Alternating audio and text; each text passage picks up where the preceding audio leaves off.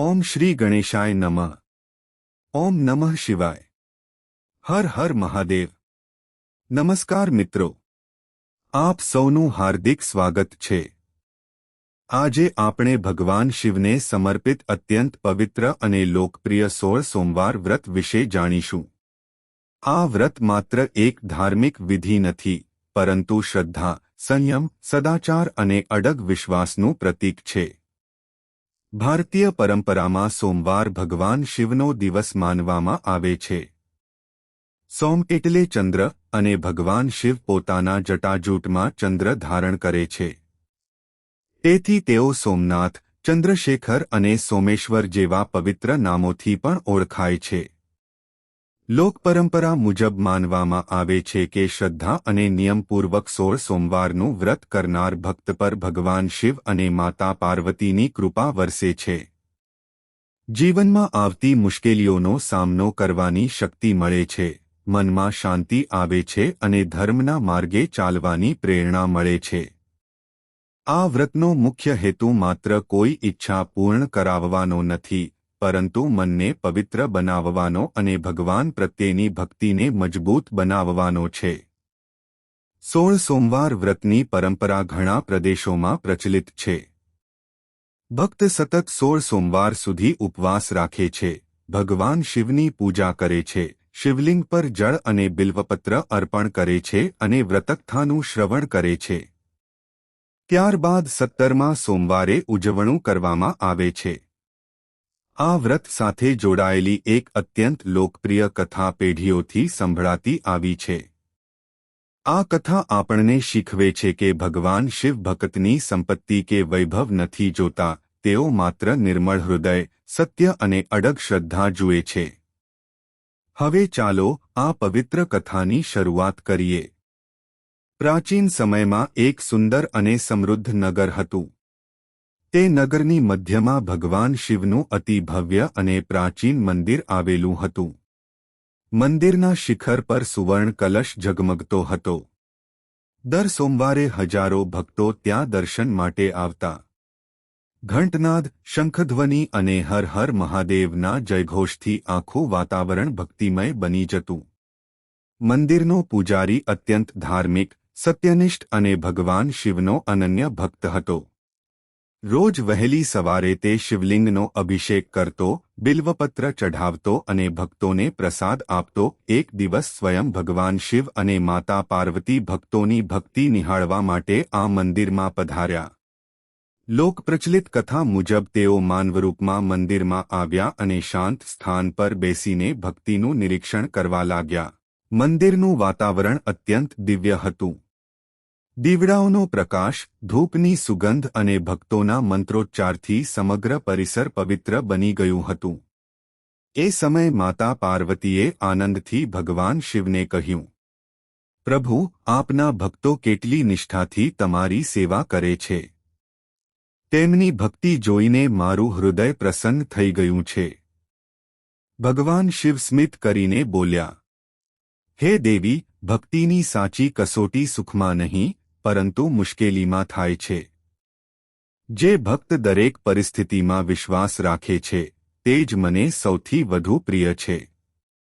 આ જ મંદિરમાં થોડા સમય પછી એક એવી ઘટના બનવાની હતી, જેણે 16 સોમવાર વ્રતની કથાને અમર બનાવી દીધી। ભગવાન શિવ, માતા પાર્વતી અને મંદિરના પૂજારી વચ્ચે થયેલો એક પ્રસંગ આ વ્રતના મહિમાને સમગ્ર જગતમાં પ્રસિદ્ધ બનાવશે। ભગવાન શિવ, માતા પાર્વતી અને મંદિરના પૂજારીની લોકપ્રચલિત કથા। ઓમ નમઃ શિવાય। હર હર મહાદેવ। પ્રિય દર્શકો, એક સમયે અમરાવતી નામના નગરમાં ભગવાન શિવનું અતિ પ્રાચીન અને ચમત્કારિક મંદિર આવેલું હતું। આ મંદિરમાં રોજ અસંખ્ય ભક્તો દર્શન કરવા આવતા અને ભગવાન શિવના આશીર્વાદ મેળવતા। મંદિરના પૂજારી અત્યંત ધાર્મિક, સત્યનિષ્ઠ અને ભગવાન શિવના પરમ ભક્ત હતા। તેઓ રોજ બ્રહ્મ મુહૂર્તમાં ઉઠીને મંદિરની સફાઈ કરતા, શિવલિંગનો ગંગાજળથી અભિષેક કરતા, બિલ્વપત્ર, ધતુરા અને ફૂલો અર્પણ કરીને ભક્તિભાવથી આરતી ઉતારતા। એક દિવસ સ્વયં ભગવાન શિવ અને માતા પાર્વતી કૈલાસથી પૃથ્વી પર ભક્તોની ભક્તિ જોવા માટે આવ્યા. લોકપ્રચલિત કથા મુજબ બંને મંદિરના ગર્ભગૃહમાં વિરાજમાન થયા. ભક્તો તેમને જોઈ શકતા ન હતા કારણ કે તેઓ પોતાના દિવ્ય સ્વરૂપમાં હતા. પૂજા પૂર્ણ થયા પછી મંદિર સંપૂર્ણ શાંત થઈ ગયું. તે સમયે માતા પાર્વતીએ આનંદપૂર્વક ભગવાન શિવને કહ્યું, પ્રભુ, આજે ઘણો સુંદર દિવસ છે. ચાલો થોડો સમય ચોપાટની રમત રમીએ. ભગવાન શિવ હળવું સ્મિત કરીને સંમત થયા. બંને દિવ્ય ચોપાટ રમવા લાગ્યા. રમત ખૂબ રસપ્રદ બની ગઈ. થોડા સમય પછી માતા પાર્વતીએ મંદિરના પૂજારીને બોલાવ્યા અને પ્રેમથી પૂછ્યું, હે પૂજારીજી, તમે અમારી રમત જોઈ રહ્યા છો. હવે કહો, આ રમતમાં કોણ જીતશે? પૂજારી અચાનક મૂંઝાઈ ગયા. સામે સ્વયં ભગવાન શિવ અને માતા પાર્વતી બેઠા હતા. કોનું નામ લેવું તે તેમને સમજાયું નહીં. થોડું વિચારીને તેમણે જવાબ આપ્યો, માતા, મારા મત મુજબ આ રમતમાં ભગવાન શિવ વિજેતા થશે. રમત પૂર્ણ થઈ. પરંતુ પરિણામ પૂજારીએ કહ્યું તેનાથી વિપરીત આવ્યું. આ વખતે માતા પાર્વતી વિજેતા બન્યા. માતા પાર્વતીને લાગ્યું કે પૂજારીએ કોઈ વિચાર કર્યા વગર ખોટો નિર્ણય આપ્યો છે. તેમણે ગંભીર સ્વરે કહ્યું, હે પૂજારી, સત્ય જાણ્યા વગર નિર્ણય આપનાર મનુષ્ય અન્યાયનો ભાગીદાર બને છે. તેથી તને મારા તરફથી શ્રાપ છે કે તારા શરીરમાં કોઢનો રોગ થશે અને તારે ઘણા દુઃખ સહન કરવા પડશે. માતા પાર્વતીના શ્રાપની અસર તરત જ દેખાવા લાગી. પૂજારીનું શરીર કોઢથી પીડિત થઈ ગયું. થોડા જ દિવસોમાં લોકો તેમને દૂર રાખવા લાગ્યા. મંદિરનું કાર્ય પણ તેમના માટે મુશ્કેલ બન્યું. પૂજારી ખૂબ દુઃખી થયા. તેમણે ભગવાન શિવના ચરણોમાં રડીને પ્રાર્થના કરી, હે ભોળાનાથ, જો મારાથી અજાણતા કોઈ ભૂલ થઈ હોય તો મને ક્ષમા કરો. મને સાચો માર્ગ બતાવો. ભગવાન શિવ કરુણાના સાગર હતા. તેમણે કહ્યું, હે ભક્ત, આ શ્રાપનો અંત છે. પરંતુ તારે ધીરજ રાખવી પડશે. યોગ્ય સમય આવતા તને મુક્તિનો માર્ગ મળશે. આ આશ્વાસન મળતા પૂજારીએ ભગવાન શિવ પરનો વિશ્વાસ વધુ મજબૂત કર્યો. તેમણે મંદિર છોડ્યું અને ભગવાનનું નામ લેતા લેતા યાત્રા શરૂ કરી. તેમને ખબર નહોતી કે આ યાત્રા દરમિયાન જ તેમને 16 સોમવાર વ્રતનું રહસ્ય જાણવા મળશે અને એ જ વ્રત તેમના જીવનને ફરી સુખ, આરોગ્ય અને ભગવાનની કૃપાથી ભરપૂર બનાવી દેશે. માતા પાર્વતીના શ્રાપથી પૂજારીનું આખું શરીર કોઢના રોગથી પીડિત થઈ ગયું. જે લોકો પહેલા તેમનો આદર કરતા હતા, તેઓ હવે તેમની નજીક આવતા પણ ગભરાવા લાગ્યા. મંદિરની સેવા પણ તેમના હાથમાંથી છૂટી ગઈ.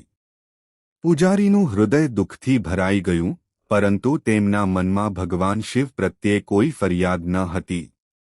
તેઓ સતત એક જ પ્રાર્થના કરતા, હે ભોળાનાથ, હું જાણું છું કે આપ જે કરો છો તે મારા કલ્યાણ માટે જ કરો છો.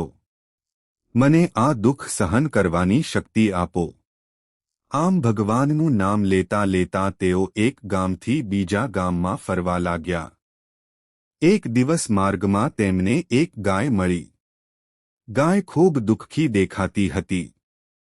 પૂજારીએ પૂછ્યું, માતા, તમે આટલી વ્યથિત કેમ છો? ગાય બોલી, મારી પાસે પૂરતું દૂધ છે, છતાં કોઈ મારું દૂધ દોહતું નથી. હું આ દુઃખમાંથી કેવી રીતે મુક્ત થાઉં?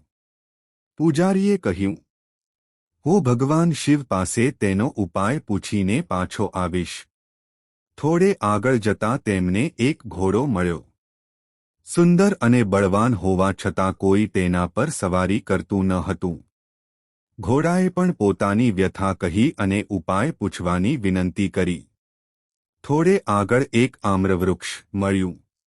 વૃક્ષ પર મીઠી કેરીઓ ભરપૂર હતી, છતાં કોઈ તેને તોડતું ન હતું. વૃક્ષે પણ પૂજારીને વિનંતી કરી, ભગવાન શિવને પૂછજો કે મારા જીવનમાં આ દુઃખ કેમ આવ્યું છે. આમ આગળ વધતા તેમને એક વૃદ્ધ સાધુ મળ્યા. પૂજારીએ તેમને નમસ્કાર કરીને પોતાની આખી કથા કહી, માતા પાર્વતીનો શ્રાપ, પોતાનું દુઃખ અને ભગવાનની કૃપા મેળવવાની તીવ્ર ઈચ્છા. સાધુ સ્મિત કરીને બોલ્યા, હે ભક્ત, તારા તમામ દુઃખોનો એક જ ઉપાય છે, શ્રદ્ધા અને નિયમથી 16 સોમવારનું વ્રત કર. સતત 16 સોમવાર ભગવાન શિવની પૂજા કર, ઓમ નમઃ શિવાય મંત્રનો જપ કર અને 17મા સોમવારે ઉજવણું કર. ભોળાનાથ અવશ્ય પ્રસન્ન થશે. પૂજારીને ખબર ન હતી કે તે સાધુ સ્વયં ભગવાન શિવ જ હતા, જે પોતાના ભક્તને માર્ગ બતાવવા આવ્યા હતા. પૂજારી તરત જ પાછા પોતાના નગરમાં આવ્યા. તેમણે પૂર્ણ શ્રદ્ધા સાથે 16 સોમવારનું વ્રત શરૂ કર્યું. દર સોમવારે તેઓ વહેલી સવારે સ્નાન કરતા, શિવલિંગ પર જળ અને બિલ્વપત્ર અર્પણ કરતા, ધૂપદીપ પ્રગટાવતા અને ભક્તિપૂર્વક 16 સોમવારની કથા સાંભળતા.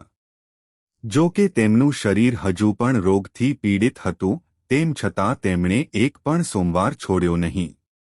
તેમની શ્રદ્ધા દિવસે દિવસે વધુ મજબૂત બનતી ગઈ. 16મો સોમવાર પૂર્ણ થયો.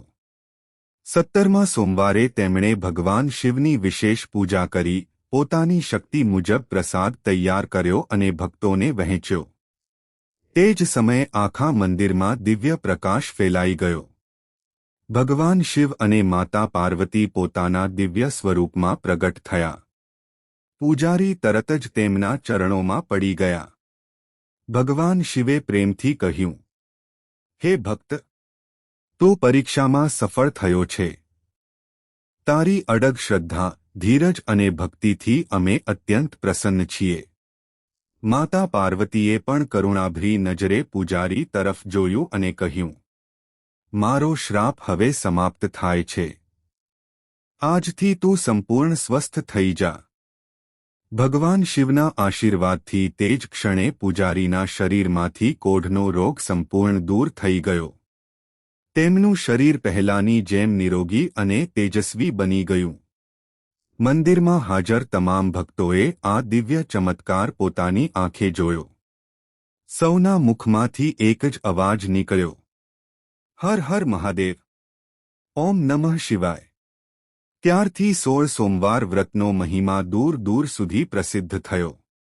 અસંખ્ય ભક્તોએ ભગવાન શિવ પ્રત્યે શ્રદ્ધા રાખીને આ વ્રત કરવાનું શરૂ કર્યું અને તેને ભક્તિ, ધીરજ અને સદાચારનું પ્રતીક માનવામાં આવવા લાગ્યું. 16 સોમવાર વ્રતની કથા આપણને શીખવે છે કે ભગવાન શિવ સુધી પહોંચવાનો માર્ગ ભક્તિ, સત્ય, સેવા અને ધીરજ છે. આ વ્રતનું સૌથી મોટું ફળ માત્ર ભૌતિક સુખ નથી, પરંતુ મનની શાંતિ, આત્મબળ અને ભગવાન પ્રત્યે અડગ વિશ્વાસ છે. 16 સોમવાર વ્રતનું ફળ. લોકપરંપરા મુજબ શ્રદ્ધા અને નિયમથી કરવામાં આવેલ 16 સોમવાર વ્રતથી ભગવાન શિવ અને માતા પાર્વતીની કૃપા પ્રાપ્ત થાય છે. ભક્તના જીવનમાં સુખશાંતિ વધે છે, મુશ્કેલ સમયમાં ધીરજ મળે છે અને ધર્મના માર્ગે ચાલવાની પ્રેરણા મળે છે. આ ફળ ભક્તિના ભાવ સાથે જોડાયેલું છે, તેને ચમત્કારની ખાતરી તરીકે ન જોવું જોઈએ. 16 સોમવાર વ્રતની પૂજા વિધિ. બ્રહ્મ મુહૂર્તમાં ઉઠીને સ્નાન કરીને સ્વચ્છ વસ્ત્રો ધારણ કરો. ઘરમાં અથવા મંદિરમાં ભગવાન શિવ, માતા પાર્વતી અને શ્રી ગણેશનું સ્મરણ કરો. શિવલિંગ પર શુદ્ધ જળનો અભિષેક કરો. શક્ય હોય તો દૂધ અને પંચામૃતથી પણ અભિષેક કરી શકાય. બિલ્વપત્ર, ધતુરા, સફેદ ફૂલો અને ઋતુ અનુસાર ફળ અર્પણ કરો. ધૂપ, દીપ પ્રગટાવી આરતી કરો. ભક્તિપૂર્વક ઓમ નમઃ શિવાય મંત્રનો જપ કરો. 16 સોમવાર વ્રતની કથા વાંચો અથવા સાંભળો. દિવસ દરમિયાન સાત્વિક આહાર અને સારા વિચારો રાખો. 16મો સોમવાર પૂર્ણ થયા પછી 17મા સોમવારે ઉજવણું કરીને પોતાની શક્તિ મુજબ પ્રસાદનું વિતરણ કરો. વ્રતના નિયમો. સત્ય બોલો અને અસત્યથી દૂર રહો. ક્રોધ, અહંકાર અને ઈર્ષ્યાનો ત્યાગ કરો. માતા પિતા, ગુરુ અને વડીલોનો આદર કરો. જરૂરિયાતમંદોની સેવા અને દાન કરો. નશા, હિંસા અને અપશબ્દોથી દૂર રહો. ભક્તિ સાથે વ્રત કરો, માત્ર ઔપચારિકતા માટે નહીં. આધ્યાત્મિક સંદેશ. ભગવાન શિવ ભોળાનાથ છે. તેઓ ભક્તની સંપત્તિ નથી જોતા, પરંતુ હૃદયની નિર્મળતા જુએ છે. જીવનમાં ક્યારેક મુશ્કેલીઓ આવે તો તેને ભગવાનની પરીક્ષા સમજી ધીરજ રાખવી જોઈએ. ભક્તિનો સાચો અર્થ માત્ર ઉપવાસ નથી. ભક્તિ એટલે સદાચાર, દયા, ક્ષમા, સેવા અને સંયમ. આ કથા આપણને શીખવે છે કે મુશ્કેલીઓમાં પણ વિશ્વાસ ન છોડવો. સારા કર્મો કરવાથી જીવનમાં સાચો આનંદ મળે છે. ભગવાનનું સ્મરણ મનને શાંતિ આપે છે. ભક્તિ અને માનવસેવા એકબીજાના પૂરક છે. ભાવનાત્મક સમાપન. પ્રિય દર્શકો, જો આપના જીવનમાં પણ કોઈ મુશ્કેલી હોય તો નિરાશ ન થશો. ભગવાન શિવનું સ્મરણ કરો, સદાચારના માર્ગે ચાલો અને શ્રદ્ધાથી પ્રાર્થના કરો. ભોળાનાથ દરેક ભક્તની પ્રાર્થના સાંભળે છે અને યોગ્ય સમયે યોગ્ય માર્ગદર્શન આપે છે. ચાલો અંતે સૌ મળીને પ્રાર્થના કરીએ. હે મહાદેવ, અમારા જીવનમાંથી અજ્ઞાન, અહંકાર અને ભય દૂર કરો. અમને સત્યના માર્ગે ચાલવાની શક્તિ આપો. અમારા પરિવાર પર આપની કૃપા સદાય વરસતી રહે. સર્વેનું કલ્યાણ કરો. હર હર મહાદેવ. જો તમને આ કથા પસંદ આવી હોય તો વિડિયોને લાઇક કરો, શેર કરો અને આવી જ પૌરાણિક કથાઓ માટે અમારી ચેનલને સબસ્ક્રાઇબ કરો. ઓમ નમઃ શિવાય. હર હર મહાદેવ.